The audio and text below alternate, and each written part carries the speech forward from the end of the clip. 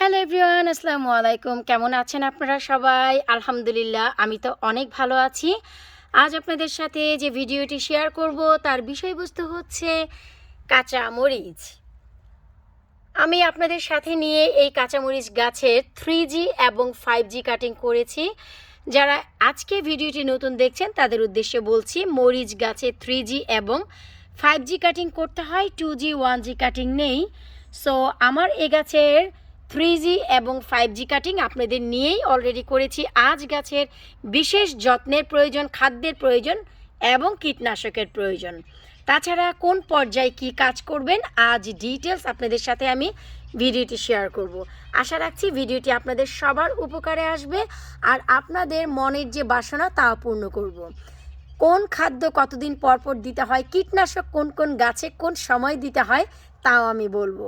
আপনাদের মনে অনেক কষ্ট যে আমি খুব ক্লিয়ার করে আপনাদের মেসেজ দেই না যে কোন সময় কোন কীটনাশকটি দেওয়া প্রয়োজন।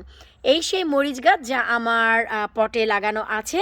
তো আমি ডিটেলসে যাচ্ছি না। আপনারা যারা আজকে নতুন ভিডিওটি দেখছেন প্লিজ ভিডিওটি ফ্রেন্ডস ও ফ্যামিলির সাথে শেয়ার করবেন যেন নতুনরাও নতুন কিছু শেখার এবং জানার সুযোগ পায়। তো এখন হচ্ছে আমি আমার 3G এবং 5G কাটিং করার পর গাছের যে কি পরিস্থিতি তা শুরুতেই আপনাদের সাথে একটু শেয়ার করছি। যখনই 3G এবং 5G কাটিং করেছি, এই যে দেখুন কত পরিমাণে শাখা প্রশাখা এসেছে এবং প্রত্যেকটিতেই কি পরিমাণে মরিচের ফুল এসেছে। আপনারা একটু লক্ষ্য করলেই দেখবেন মরিচ গাছের মাথায় মাথায় মাথায় মাথায় কিন্তু ফুল এসেছে। তারপর এই যে দেখুন অনেক মরিচ গাছে কিন্তু ফুলও চলে এসেছে। আমি যখনই 3G 5G কাটিং করেছি তখন এই গাছে আমি বাকক্লিয়ার ব্যবহার করেছিলাম কীটনাশক, যার কারণে মরিচ গাছে বেসিক্যালি অ্যাফিড পোকা থেকে শুরু করে অন্যান্য সব পোকা কিন্তু বাসা ধরে। আলহামদুলিল্লাহ, এই যে দেখুন গাছ আমার গার্ডেনে আছে, কোনো প্রকারের পোকা মাকড় আপনাদের চোখে পড়ছে কিনা? কোনো কিছুই নেই। আমি বরাবরই বলি যে কোনো গাছের পোকামাকড় আসার আগেই আপনাদের দমন করার জন্য প্রয়োজনীয় পদক্ষেপ নেওয়া উচিত। এমন নয় যে গাছ আপনাদের একেবারে আক্রান্ত হয়ে গেল পোকামাকড়ে, তখন যদি কোনো কীটনাশক দেন অলরেডি কিন্তু গাছের গ্রোথ কমে যায়। তো যাই হোক, চলুন আজ আমি যেই যত্ন করতে যাচ্ছি এই পর্যায়ে এসে সবার শুরুতে আমাদের যে কাজটি করতে হবে, নিচের দিকে যদি কোনো পাতা থাকে তা আমাদের ফেলে দিতে হবে। তো নিচের দিকে আমাদের কোনো পাতা নেই। আপনারাই দেখুন যে আমি সেই যে 3G 5G কাটিং করার সময় নিচে একেবারেই ক্লিয়ার করে রেখেছি, তো সেই অবস্থাতেই আছে। এই যে দেখুন গোড়াতে খুব চমৎকার হাওয়া বাতাস কিন্তু পাচ্ছে। দুটি পটেই আপনারা দেখতে পাবেন। এখন আমাদের যে কাজ, গাছের মোটামুটি যে বড় বড় পাতাগুলো সেই পাতাগুলো আমাদের একটু ছাঁটাই করে দিতে হবে। এতে করে কি হবে, ছোট পাতাগুলো এনার্জি পাবে আর মরিচ গাছে মরিচগুলোতে এনার্জি আসবে। এই যে দেখুন মরিচ গাছের বড় বড় যে পাতাগুলো ছিল আমি কিন্তু সবগুলো তুলে নিয়েছি। এখন ফার্স্ট অফ অল আমাদের এটি করতে হবে। সেকেন্ড আমাদের যে কাজ তা হচ্ছে আমাদের এই যে মরিচ গাছের গোড়ায় যে মাটিগুলো আছে তা একটু আলতো করে দিতে হবে যেন এয়ার সার্কুলেশন খুব ভালো হয় এবং রুটগুলোতে খুব ভালোভাবে হাওয়া বাতাস প্রবেশ করতে পারে। এই যে দেখুন আমি কিন্তু সমস্ত মাটিগুলো সুন্দরভাবে আলতো করে দিয়েছি। এখন আমাদের গাছে অধিক ফলন আসার জন্য যে সারটি প্রয়োজন তা অলরেডি আমি দিয়ে দিয়েছি, যার কারণে এই যে দেখুন প্রত্যেকটি ডগায় ডগায় খুব চমৎকার ফুল এসেছে। আমি যেমন চেয়েছিলাম যে প্রতিটি ডগায় ডগায় মরিচের ফুল আসবে, ঠিক ততটাই এসেছে। আমার খাদ্য কাজে লেগেছে। এখন এই ফুলগুলো আসার পর আমাদের কি প্রয়োজন, যখন আমরা একটি মা গর্ভবতী হই তখন কিন্তু ডাক্তার আমাদের প্রচুর পরিমাণে ক্যালসিয়াম দেয়, যা আমাদের বাচ্চা এবং আমাদের জন্য খুব ইম্পর্টেন্ট।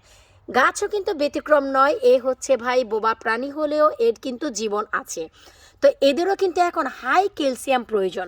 তো সেটি আমরা কোথা থেকে পাবো, এটা হচ্ছে খুবই ইম্পর্ট্যান্ট একটি জিনিস, যারা আপনারা জানেন না আজকে আপনাদের জন্য সেই ভিডিও।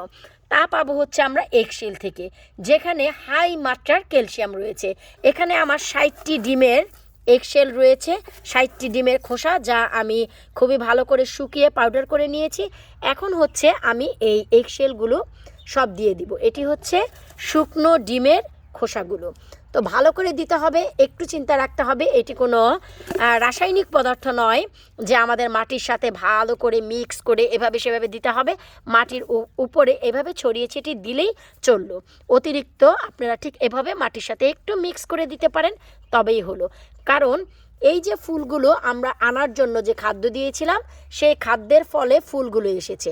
এখন এই ফুলগুলোকে টিকিয়ে রাখার জন্য অধিক মাত্রার ক্যালসিয়াম প্রয়োজন। তো সেটি আমরা পাবো কোথা থেকে? সেটি পাবো হচ্ছে এই ডিমের খোসা থেকে। এরপর বরাবরই আমি যা বলি, যত্ন। আমরা পোকামাকড় আসার আগেই কিন্তু গাছে যত্ন করব, পোকামাকড় আসার পর নয়। তো এখন আমরা খাদ্য নয়, কি কীটনাশক ব্যবহার করব। এখন ব্যবহার করব এমন একটি কীটনাশক যা মরিচ গাছের জন্য খুবই ইম্পর্ট্যান্ট। এখানে আমি ব্যবহার করছি কাঁচা মরিচ, সাথে দিয়েছি রসুন। এ দুটি ভালো করে ব্লেন্ড করে আমি পানিটি ছেঁকে নিয়েছি। তারপর 1/4 স্পুন দিয়েছি এখানে আমি লেবুর রস, ফ্রেশ লেবুর রস, যা গাছকে অনেক বেশি হেলদি করবে। লেবুর রস এমনিতেই গাছের জন্য খুব ক্ষতিকর যদি সরাসরি দেন। পানির সাথে মিশিয়ে দিলে এটি খুবই ভালো একটি উপাদান হয়। যেমন কি এই যে আমি এগশেল দিলাম, এখানে যেমন ক্যালসিয়াম রয়েছে, সাথে সেই উপাদান রয়েছে যা মাটি থেকে অতিরিক্ত অ্যাসিডিটি দূর করবে এবং এই যে গাছের গোড়ার শিকড়কে পচা থেকে বাঁচাবে।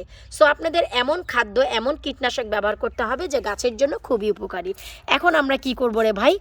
দারুণভাবে প্রত্যেকটি ফুলে ফুলে পাতায় পাতায় আমরা স্প্রে করে দিব।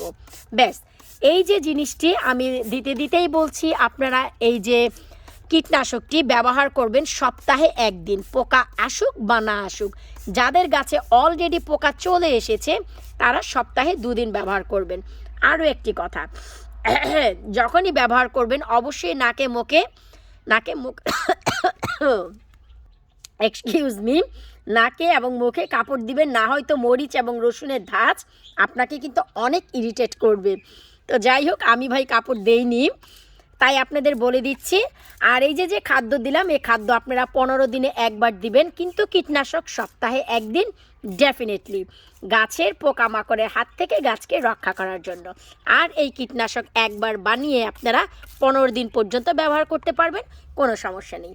আশা রাখছি আজকের এই ভিডিওটি আপনাদের উপকারে লাগবে। প্লিজ ভিডিওটি ভালো লাগলে যেতে চ্যানেলটি সাবস্ক্রাইব করে যাবেন, পেজটি লাইক করবেন, ফেসবুক পেজটি ফলো করে আমার সাথেই থাকবেন। পরবর্তী ভিডিও দেখার আমন্ত্রণ জানিয়ে আজকের মতো বিদায় নিচ্ছি। আল্লাহ হাফিজ।